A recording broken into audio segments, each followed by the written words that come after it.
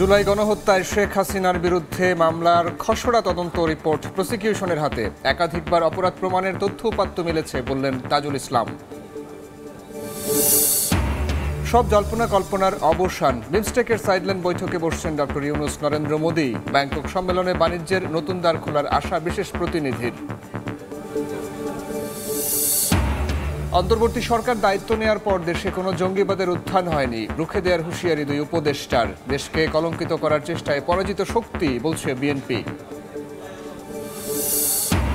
চট্টগ্রামের লোহাগাড়ায় bus micro সংঘর্ষে নিহত 10, আহত 3। হতাহতদের সহায়তার আশ্বাস উপদেষ্টার। গতিরোধক বসানোর কাজ শুরু। টানা ছুটিতে আনন্দ উদযাপন। থিম পার্ক থেকে পাহাড়, প্রকৃতি সবখানেই উৎসবের আমেজ। শিশুদের পদচারণায় মুখর চিড়িয়াখানা। বইয়ের চরিত্র সামনাসামনি দেখায় উচ্ছ্বাস।